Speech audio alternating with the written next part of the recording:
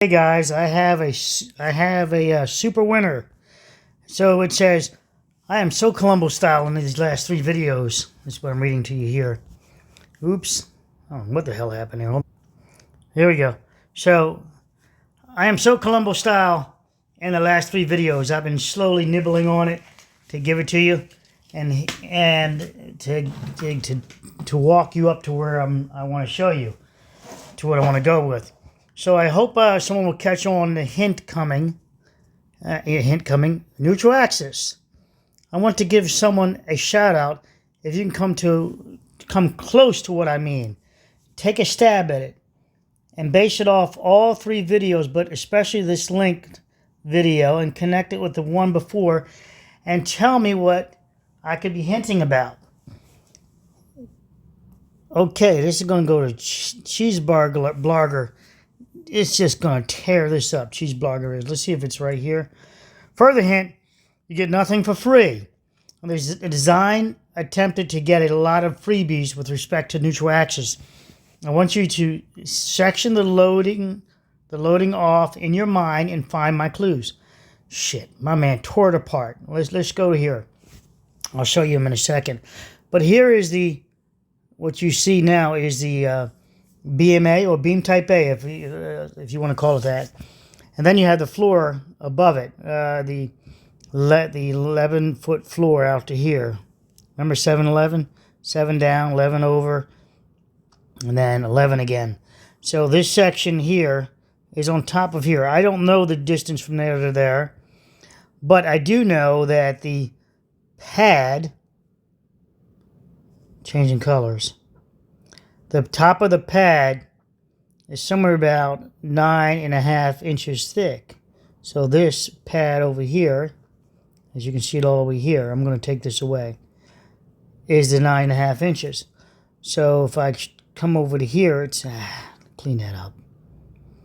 I'll just try it again. So somewhere about here is where the pad is, from the top view down, looking at the drawings. So let's do that BMA thing there. This is apartment 11. All right, there's that. There's the 11 foot out here. That deck attaches to this BMA right here. BMA, if you want to call it, right there. But the deck in the front attaches to it also with these right here. These, oops, that should be out here. With these punching shear steel, right? Which is the critical shear zone. It connects there in this capacity, and over here, it does this. No, already talked about it. Already gave it away in the last video. It goes across. And the spacing is like 12 over here and 8 on the other side or something. But you see here, this butts against there. That decking does. So if it's butting against there because it can't keep coming over here, so these must be 90s here, I'm guessing. And it's turned up, right? Because you got to have this part here for the elevated. This part you elevated. Elevation. Hey. This is your elevated deck. And your lower deck is down here out to these columns, out to the planter boxes. So here we have this connected to the wall, this section, but across here it goes continuously across. Number 4 is 8 of them over here and 12 over here, I think it was. I did it in the previous video. I think it's this video right here, the one I talk about. So back to that again. Do a rough drawing here. So this part of the deck mounts on the side. Okay. This part of the deck mounts on the side. Wait a minute. Look at the image. This is the deck here. Okay. So over here, imagine these are the steel. Let me change this out. So let's put the steel in here. This is the steel for the deck. And maybe some bottom steel too. But this is a beam. All right, but over here to the right, where we have the where we have the drop slab detail. Now the steel's up further because it's about 5.5 inches clearance there, roughly. I'll put that gap. Now it's got to be up. So now it creates just a weird composite beam on the right side. This is continuous. Remember, this is continuous over number 4s from behind us. But these stop here because you can't, because this is stepped up like that. All right, so I know it might be confusing some of you, but you got to watch the video, the content, and understand it. Up here is a patio. All right, so it's connected to the top of the beam in one capacity, top of this beam. But the deck is connected down here. As you can see, if that's the deck, then that means the deck is continuous down here. And it would look like that, except for now, the deck is... Come on, brain. I'm going to change colors and do it this way. The deck is up here, and I'm going to keep going to show you the line. That's the top of the deck. We're going to call it top of deck. I'm going to call it top of deck, but in reality, it's probably a couple more inches higher. There's the bottom of the deck that we can't see. It's here. So let's look at, all these interactions with this beam. One, this is a different interaction with the beam than down here. Creating, if you're looking at the top view, it's creating weird torque. So if we have deflection here, right? It's pulling at a different position over here on the outside top. If we have deflection over here, as you can see here with this one, this deck where the planer box, or where the other smaller lower planer box is, if it deflects, it pulls on this beam a little differently. But remember, it's composite. It's more beam here, depending on how they anchor, than down here. Down here, it's got the 5.5 inch, and the floor is integral with the beam. And it becomes level across it. Over here, the beam is to the left.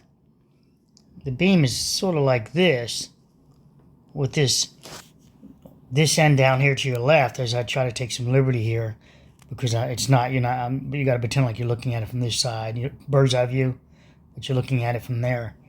So it's anchored on the side mount there, and over here, it's anchored up here. Clearly anchored up there because you can see down here, it's nothing there. But over here, it's anchored there, on the other side of it. In the middle of it, however they engaged it, it's a lot different than the steel here, because you remember this steel here on this lower deck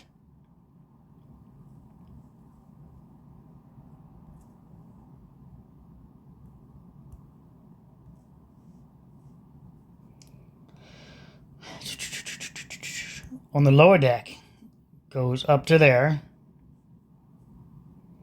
and then it goes all the way across. And this blue right here, this section, is this section right here. And this part you can't see with looking at the top view is the left side. It's anchored over here, turned into that beam that way. The same opposite exists on the opposite side over here, except for there's a deck that's 7 foot. This is 7 foot out, right? It's 11 foot out. So it's going to have it. Yeah, I did that kind of weird. It's 11 foot out. Let me just do 11 foot.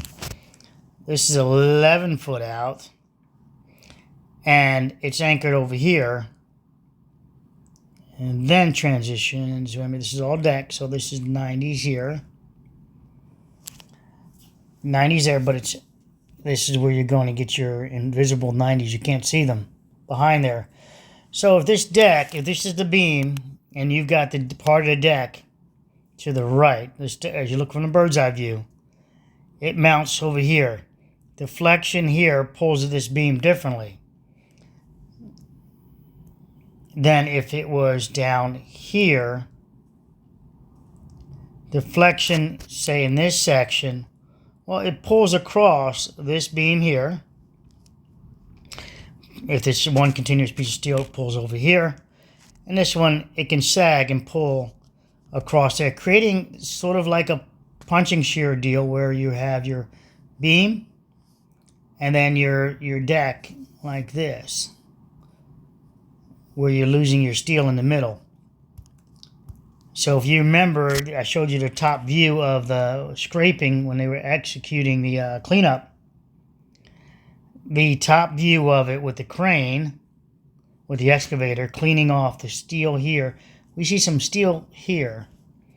I believe that's our 12s, our end of our 4 number 12s. I think they're number 12s. And our 8, and there's 8 of them over here. 12, they go, so 4 more maybe go back to here. They say 4 12s over here. And I still don't know where they're dividing, but I'm going to assume they're, but I don't want to hold myself to it. Is it goes up to the 7-foot face and comes out to, I don't know where, the face of the column. You do your division, and then you add your critical shear zone. But let's give the shout out to where it belongs. Hold on. So I come over here into my held comments, and it reminds me to follow up on it mostly. If you edit, it also, YouTube makes me look at the edits. But some of this stuff I'm going to still follow up on when I get time. So I open up the one there. This is 1 day ago. So I've been pretty busy. But let's open it up. And then it says more details, 7. So my comment was 1 day ago. This comment is 7 hours ago. Chezblarger states, hey, to look up what in English now, had to look up what neutral axis was. So had to look it up. Didn't know the term, but I've known the concept from watching your videos. On the planner box BMA, this is what he's stating now, the neutral axis would be in a different location along the length of it where it steps up to 11 inches to the patio from the pool deck. The large inadvertent beam they created with the step up, okay, they're saying the large inadvertent beam they created with the step up, all the way to the plants, soil, planter boxes, it would move the neutral axis were very much higher up in the beam. If the BMA was a stepped beam, this would create even less beam to hold the compression. Okay, the loads. So I think Chezblarger gets the reward here. It is multiple. The neutral axis changes based on how they're engaging the system. I have not detailed it fully, but you have some high steel and low steel. All right? High steel and low steel. Okay, consider this. It's a pulling action, too. As it sags, you've got some pulling action as it sags between the middle section there. So these would be under tension. If we're looking at the top view, this one's continuously going across into the deck. So this is the section, the top section here, that would be under tension, pulling. Okay, pulling away from this side as it sits on top of the beam A, BMA. As it sits on top of that. To the left of that, you still have the floor. And we have, I don't know how they engage this here, but now, remember, this just goes straight across, all right? This one, on the other hand, this section down here, 11 foot out, since we know it's headroom, they engaged it with possibly 90s. So these are 90s where? High and low, low and high. They engaged it how? But did they add a stirrup system down here? Did they add a stirrup system here where they come up and make it more composite? It links. So it would link like that and concrete, make them close. It's not to scale, obviously. It would be a bunch of them sticking out like that, this part. And then you engage this. And this makes this floor more composite action instead of just sitting on top of it. I did not see any of this there. Now, I have seen that. I have seen that in another part of the design. Let me show it to you. And I want you to think again. So Chezblarger gets a reward for that. A plus for understanding that, yes, because the way they configured it, loading it, The torque action, it's all in torque. It's different neutral axis positions of that beam. And this is not just there. This is at different places of loading. Remember the cars, when they load on one side and load here and the cars are different, your neutral axis is changing per load. All right, and per condition of the deck, per the stamped concrete they put on it, per the supports it has on the columns. Is it side mounted on the columns or not? In the parking garage area, it's all side mounted. All that addition there's the columns. All that the pad that they added, the stamped concrete is all just butted up. All right, no dowels. I observed no dowels holding the stamped concrete up. But out in the on the deck area, there's a little different story. There's some columns there that the concrete goes over top of. There are some columns that, like at the planter box, the columns underneath of it, the deck goes just up to it. It's just dead load. It's basically extra loading on top of the critical shear zone of the columns. Over here, though, this new deck layer, it gives it some rigidity to the top deck. It's not for free. It's not. I like to say it's for free. It's just dead load, but that's not true. Because if you remember, some time ago, we looked at from the pool deck. You can see if you go back and find the images. Here's the pool. You'll see the column. There's one column over there where it's not touching the underside of the layer deck that was added by Tong Li, I think, the engineer. It's not touching, so this is all cantilever action. So it tells me that's pretty rigid concrete. So I'm going to give it some value over here. I have no idea, but negative value here. Let's get you a couple of images. So some of this is just dead load. These planter boxes, some of it align with pretty close to where the drop slab detail would be, where it turns. So this, where it becomes in the lower deck, I hope this is this. But that would have to be 11 feet, wouldn't it? 11, and that would have to be 7. I think that is the 7, and maybe that's the 11. It's only about a 3 foot difference, the steps and all, so that might align on top of there, which works for me. Remember, though, this decking on the outside is what I'm talking about. It side mounts here. This was never put in that planter box. So it side mounts here. Let me take some liberty here and put it out here.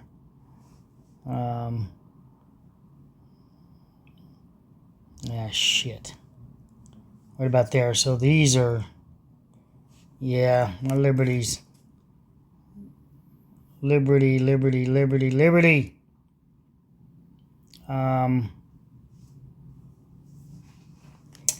Yeah, that's the one the fireman's standing on top of, with the what I call the shrub, the bush on top of that column.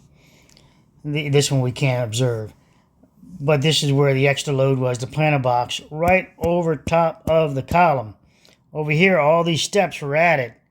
Over to your left, if you remember in part of the video, I showed you that they are number 5, space 12" on center, but they loaded it there. They do not have the BMA going here. That one doesn't exist. They don't have it going back here. It doesn't exist. The elevation step down of 1 foot doesn't exist there nor here. The reduction in the 1'6" is down to 1'6" rather, from 2'6". It's critical in that. Let me move on. So there it is there. That's the shrubs sitting on top of, well, there's the planter box right there. All right, so it's down, and there's the planter box you see also in plane level. The bushes aren't leaning this way. You know, you don't see the bushes like that. No, they're standing like they were proud. They're standing pretty good. So this is where we get, when the deck starts collapsing, it makes an easy home run to pull around to knock out the BMA that's here, and this one is I can't observe. but it makes it go down. There's your column. Because of that detail, that step detail, how they anchor it, it just parts ways just like it's parting ways on top of a column that we see out here in the field where we see the reinforcement down on the angles. It parts ways. Now this is a very critical fracture for me. I talked about that in previous videos. This is the top of where the BMA was, and you can see that not much there. It's got some what I call antennas, right, sticking out.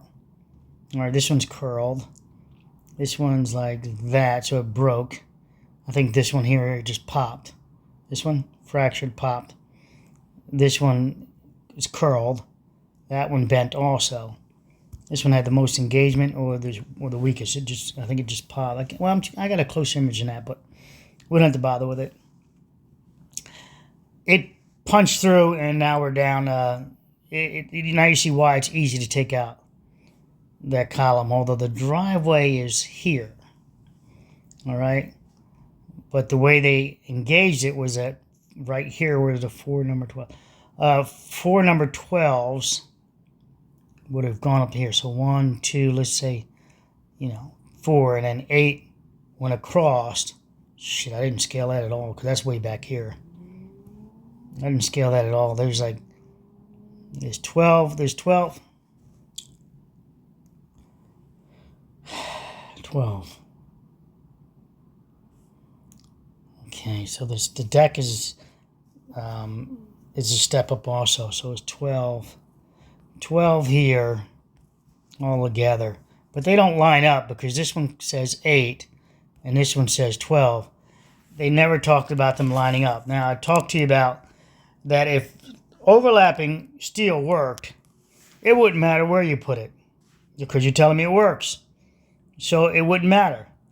But whether you go 40 times or 60 times, they still tell you can't put it in the middle of the span, the deflection area. Okay, the overlap. So if it worked, it wouldn't matter where you put it.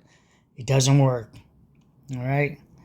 All right. Looking at this, what helps the most is bond strength. All right, and more cover. I know the cover is only 1.5 inch, pretty much, is what's acceptable. But I'm telling you, you need more than that. It's the bursting force that takes place that you need to confine.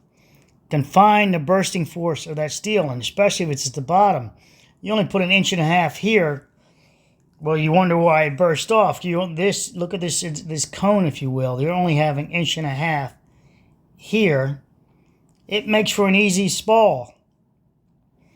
Give it more. Give it more to engage, and it gives a much larger, what I call pressure cone that has to fail. Increase your PSI. 4,000, 6,000, 8,000. If it's critical. These guys are cheap changing this from steel to concrete. And then they also are downsizing the PSI. Bridges are being built with 4,400 PSI concrete. 4,500, I'm sorry. 4,500 PSI concrete. Really? Is that what you got? So it took me a while to find this image. Hope you guys appreciate it. Give me a little thumbs up. Here's that column now that's been kicked over. This is by these guys demoing. But here's our pad area. All right, this is the pad area. And you see that little bit of rebar sticking out there? Those are part of, I believe, if they would have measured and this would have spent time, those would have been the number 12s. The number 12s we're talking about. NIST is doing a terrible job, aren't they? Because they didn't recover per their new release. They did not recover the fireboard. So our man, the sprinkler guy, right? You know what I'm talking about, sprinkler guy. He said he was going there and get it. Matt said he would go in there and get the board. They turned him down. You think they would send themselves in there to go get it then, since they were in and out of that building so many times, especially setting up the demolition charges? So, they could have grabbed that fireboard. But no, don't need no stinking fireboard to tell us more data. We don't want that. No. Guys, this is never about getting to the bottom or the truth. It's been so many years. What's another year going to do? This is about spending that $23 million, justifying themselves, stroking each other's egos, hiring like FIU personnel. And remember, FIU personnel, when the bridge went down, FIU bridge went down, those same people that are begging to be a part of this project, they did not do even one video or publication about the FIU bridge collapse. They're in engineering school, and they have not done one video or publication on it. But yet they want to step on this left and right about how genius they are. No, that's something else, isn't it? That's something else. Imagine that. So, as you look at this, I believe this is your step up, your step down right there, right? And it's been now elongated like that and scraped away with the excavator to expose the steel in the middle. So that's this part here is that step up, but pushed flat and compressed and made nasty. How about that? Made nasty. I like that. So there's the 12s are going in here. This would have been nice for them to evaluate that then. But they just got a new warehouse trying to say, oh, now we can figure out where things belong. Really, it's 2023, dude. That was 2019. It's now 2023, and you now got a warehouse. Oh, we can now start figuring out where things are going to belong. But their whole funding expires, what, in September? So all of a sudden, magically, they're going to poof, come up with something by September. And I want you guys to know this, too. Think of that Iowa building collapse. As I stated that they were pretending like, and they said, well, we don't know what happened. They're going to have to tell us. No, I said, you're the authority. You have to tell us, not them. Now, all of a sudden, they hired 2 engineers. Why did they hire 2 engineers? Because they're being sued. And so they hired 2 engineers that will say that it's the engineer's fault that did the structure along with the owner. And they won't point any fingers. The engineers they hired, if they got any integrity, they'll point fingers back at the government too. If they don't have any integrity, then they won't point fingers. If they have no integrity, they'll point fingers everywhere else but Davenport as an issue.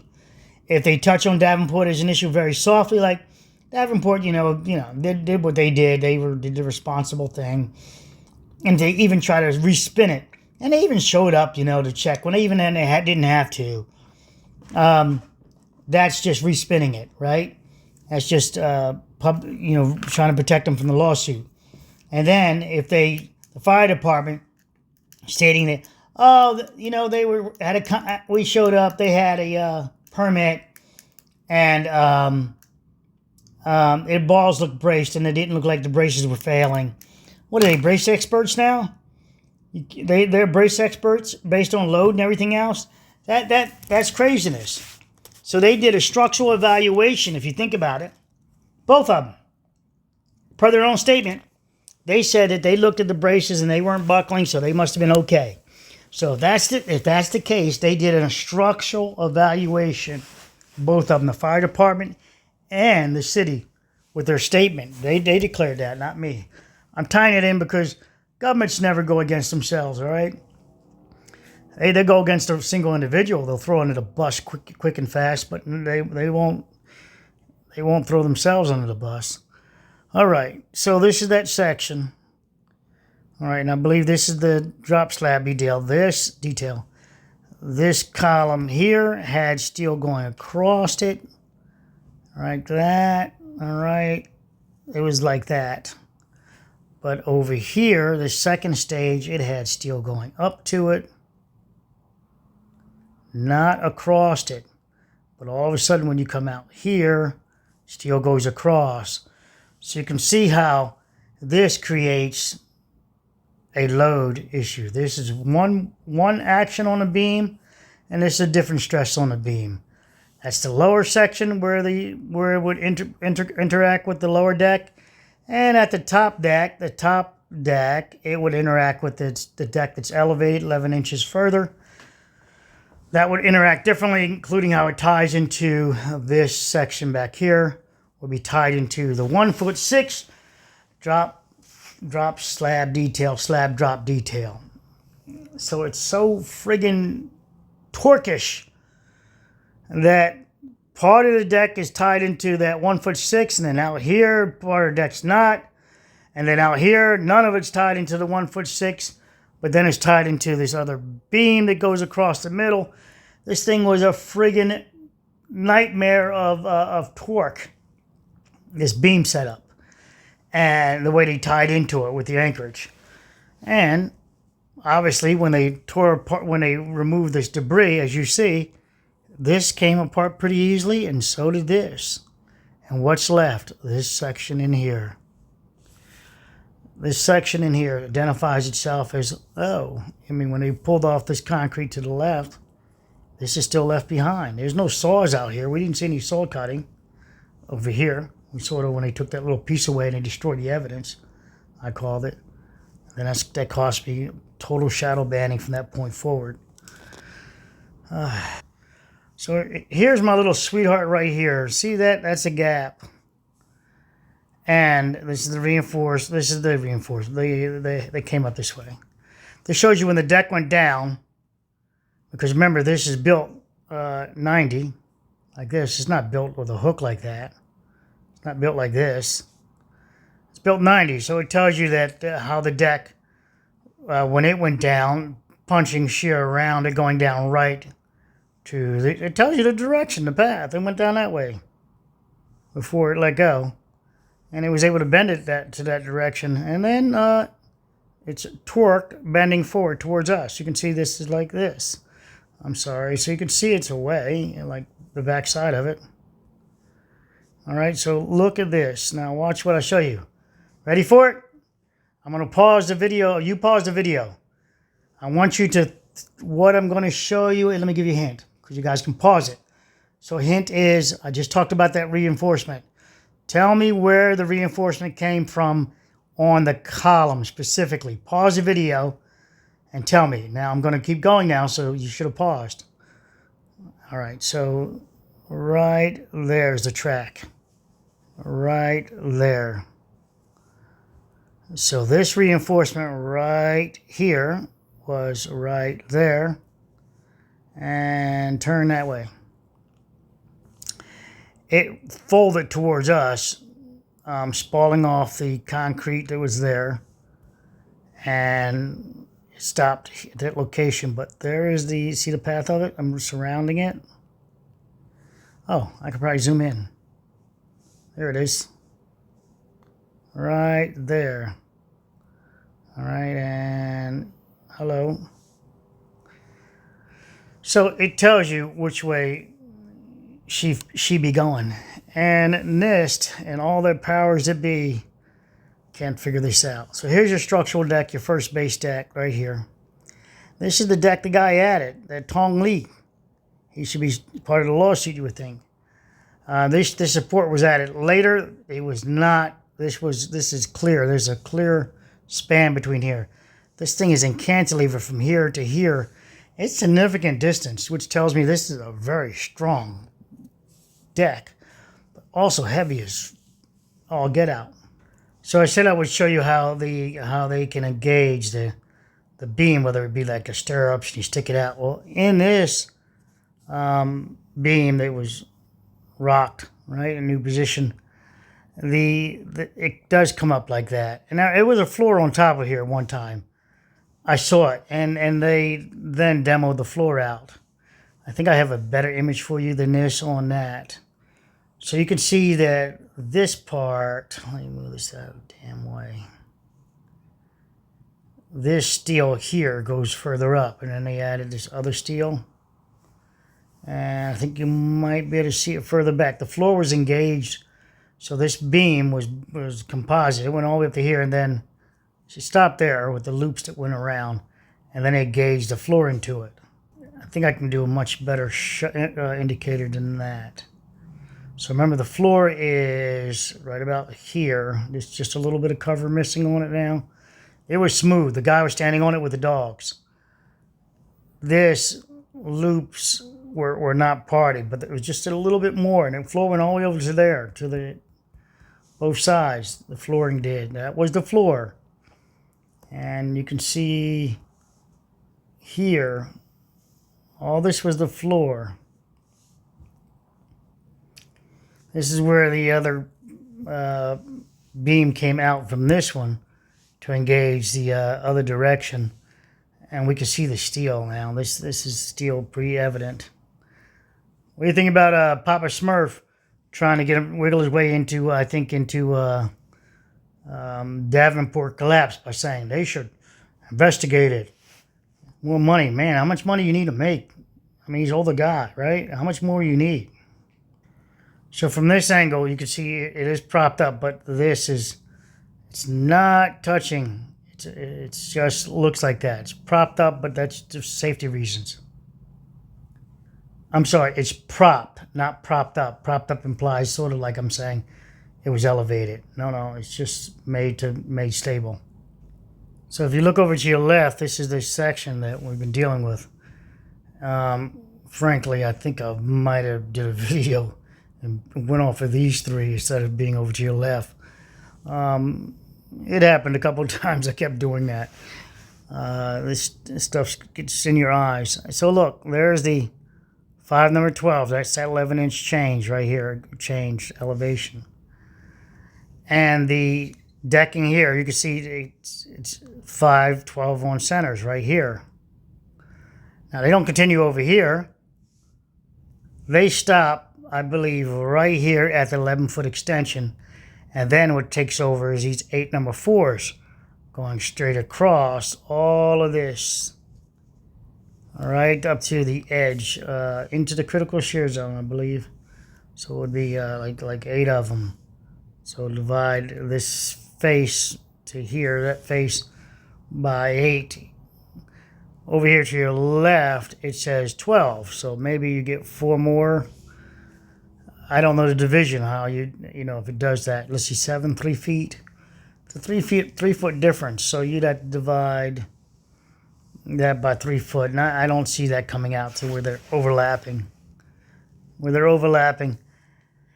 Their steel was, I showed you 20-foot lengths. I mean, that's all you're rocking. What I saw, see, this is the top. So that's going to create a different neutral axis in this one as it pulls from the top and it ties into a stable wall. Gets a lot of rigidity out of this little, oh no, that's 11-foot section. That's 11, and here's a 7 back here. So each one changes it to some degree. Nevertheless, this is, let's see, 1, 2, 3. 1, 2, that's number 2. Then that's this KLM. So this is L, I think. And this is the one, okay, this is the one we can see with the shrubbery on top, I believe. So this is a lot better. It's, where's my 12s? Where are my 12s at? There's the 8s, all right, oops. So here's the 8s. Here's that on 90s. Over here, here's the 12s going across. Should say, see, it says 8 number 4s. Over here, when I say 12s, it should have been. Here's your, where the hell are they? It should be, I think it's 12 number 4s going across. And see, the oddest thing is, did they mean just to there and going across? And then these 8 4s, you see the 8 4s? So did these 8 4s go here, and these 12 4s go like this? Is there some overlap there? But I can say that you see the 90s are respectively here and here. That's the upper deck. The lower deck also has them. This is the lower deck. 5 number 12s interacting with the cross sections. I don't know how long those 5 12s are. They don't say how far to take them out. They do show that they changed to 13 number 4s this way. There's a lot of half-inch steel. A lot of half-inch steel thrown about. This column, at least not forget, it is turned this direction, as the others are this direction. So the beam, that one, And this beam is more squared with it this way.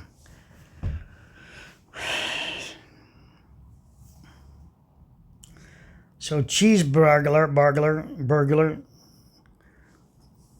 cheese smuggler gets that because he has the torque. He gets the neutral axis changes because of the way this beam is loaded in multiple different ways. You know, you're loading it at the top, you're loading it at the bottom on one section. Bottom, you're making a composite over here. Over here, you're also making a composite. Sorry. And so here we see the planer boxes. So that's in the critical shear zone. Critical shear zone. There's the head. The plants. Remember, down here is the column. So when dude goes down, this head, it winds up on top of the column down here. The shrubbery right now is dirt, but it winds up being, you know, a bush on top of it. So that tells you that ring around the rosy took place. So in 2021, August 24th, 2021, I did this image, all right?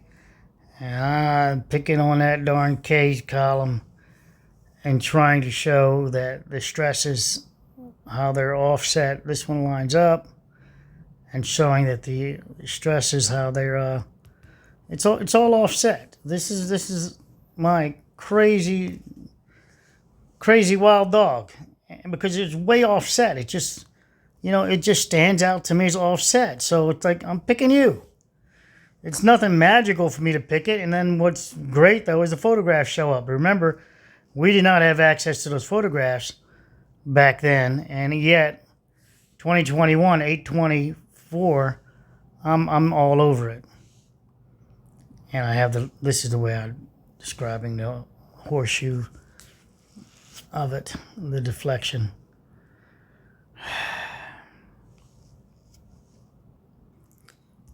And I'm going to try to wrap this up in a few minutes, but there's what I show those 90s, how they look in real life, how they had them. And that butted up to us. You can see the deck separated from that. It said, no thank you. When deflection happened, it breaks. So I was talking to an engineer today about the epoxy rebar, which is in the other video. You have to realize that this is not a cake like people tell you. A lot of engineers will say it's like a cake, you know, the rebar and the concrete's like a cake. No, I put sugar in a cake and cook it and all that. It becomes all tasty, one cake. I can bite into cake fully. You bite into this, you'll get rebar separate and you'll get concrete separate. All right? The concrete is the strength. You need the higher PSIs. Higher PSI, right? You need the higher PSI to get a better bond strength with the rebar. The higher the bond strength. Think of it as this. If I drop the rebar in sand, and I tell you, look, it's great. Look, you can walk on it now. And you're like, it's sand. There's nothing going on there. Okay. I put down a little bit more the thin layer concrete. Yeah. The better I go, the thicker I go, the stronger I go on it, the better the bond strength would be over it. Again, think of it as cones. So this is only $1.50, 1.5 inches, roughly, is what the cover that people like to see. It is not enough. It's still spalling with this 1.5 inches. It's not enough. When when you get deflection, this cone takes on stresses and fractures like this. And that little 1.5 inches, that's the part that spalls off. When you see that spalling off, you didn't have enough. All right? It didn't spall internally. All right? It didn't spall internally, but this bottom section that you just only put the word cover on, they need to stop this word cover and remove it and think of it as structural. It's structural. It's part of the bond strength. Otherwise, you've got a piece of steel like this, and if you think it is not structural, it's just cover to stop it from rain, well, then just literally look at it. You know, look at this section here. This is all open. You said it's just protection. It's just all open. There is steel that can easily change. It changes the dynamics of it. There's only a little piece of concrete there and a little there now. So when do I stop? Maybe up here? Is it half of the steel that I could say it will work? Is it got good bond strength? Clearly not. This little corner, it's nothing left. Think of it as grabbing something with your hands, but not using your thumb. You grab it. Now use your thumb. Wrap around and grab it. A pipe or something. You can see that how important that thumb is in grabbing that something to pull towards you like a rope. Now, remove the thumb, roll the thumb back up by your top by your hand there, and now hold it. And you'll see that it's not much of a grip, is it? It's not great. So it's not just, it shouldn't be called cover. It's structural. This is ACI's defect. This is the engineering defect to believe it's just cover. Protect it from the elements. That's bullshit. All right, it's the whole gamut. It needs the PSI, needs a good bond grip to the concrete, and needs not to be overloaded. And I might end it with this. I'll take a couple of images to the photographs, but this is what I had a long time ago. Planter box porch of condo 111. Right. So this is the planter box, and you see the shrubbery in there. All right. This is what I told you where you see the shrubs. Okay. This is the deck, obviously. It's now lowered down. The planter box got rotated thereupon on top. The shrubs are here. The other one did ring around the rosy. Keep that in mind. This is not visible in our collapse video, in our collapse from the lady. It's not visible, and even after the collapse, it wouldn't have been visible had you been able to go inside, because you can see it here above deck. Above the deck, we see it. So the greenery is above. So the greenery we see below indicates that it got pulled down around the column, and I show that in other images. This is K91. This is the building line. As you can see, what I call them, the steel is, the vertical steel is sticking out. All right, sticking straight up. This is I think the one, the punching shear with the planter box. I gave away a hint a long time ago at the bottom of this planter box. I'll talk about how straight it is, how it's a strong back, and there's a little bit of gap down here. I gave that away like in the first video. No, correction. First video was in the car. So first video that I did later that night, I think. So this is the planter box from 111 right there in the background, and you can see how flat it is. All right, it went down flat. This is the column that we see failed, and you see the rabbit ears, the punching shear, the critical shear zone, the steel that's used to engage the deck. Looking from top view down, it would go that way. That direction would be west and east. As we see it, it's now pulled towards this way, which would be south east, as you can see it, but it wasn't configured southeast. This is configured west and east, so it tells you that the deck deflection was that way based on the steel. I sent it to NIST a long time ago, talking about you need to just look at the steel and the scratches on the columns, etc., and also how the rebar is left behind. Whatever rebar is left behind, this means the other side, where the part is still connected to, that's the part that held. The other part is not connected to. If you put this back in place, this will be this side over here. That's steel there. And it's that pretty damn long. If that's the piece I think I'm right, I recall. It's pretty damn long. It was over here. This side lost its grip force. And what made it do that, part of the planter boxes could be spalling, rusting steel. You'd have to look at the steel. Actually looked pretty good. Probably the cycle loading of the vehicle. Now, this is very interesting for you to know what I'm saying here. I'm saying that there was a BMA here. And remember, we see the vertical steel on that 1K column. But it was connected to here, if I have the location correctly. And this planter box is down level. So that engagement into the side of this column, and also into the 1'6" drop slab detail, this part here, it wasn't much to speak of, because this planter box shows level flat, this thing just disengaged and dropped the BMA over there. And that BMA dropped, and the others did too. So this is the other building, and we're looking, I believe, at the like the drop slab detail, and that's the lobby area, and that's the pool deck area. I think that's about right. That's a little configured, different configuration, but that's the gist of it. And I think this is the jacuzzi because of the way it's set up, that base. So this is what it would look like on the back side of it. And you can see, so this would be like the 1'6", but actually it would be up here because the floor engages part of that 1'6". 1'6" is the total elevation change, I believe. So from here to the top of surface of the lobby area or the first floor. Incidentally, you call the lobby area in the other building, the lobby area and the pool deck, or and the plans are quite confusing because they come out to be one and the same, but they're not. They're different elevations. So I took this one back in August, June, July, I don't know. What's the 8th? August 30th, 2021.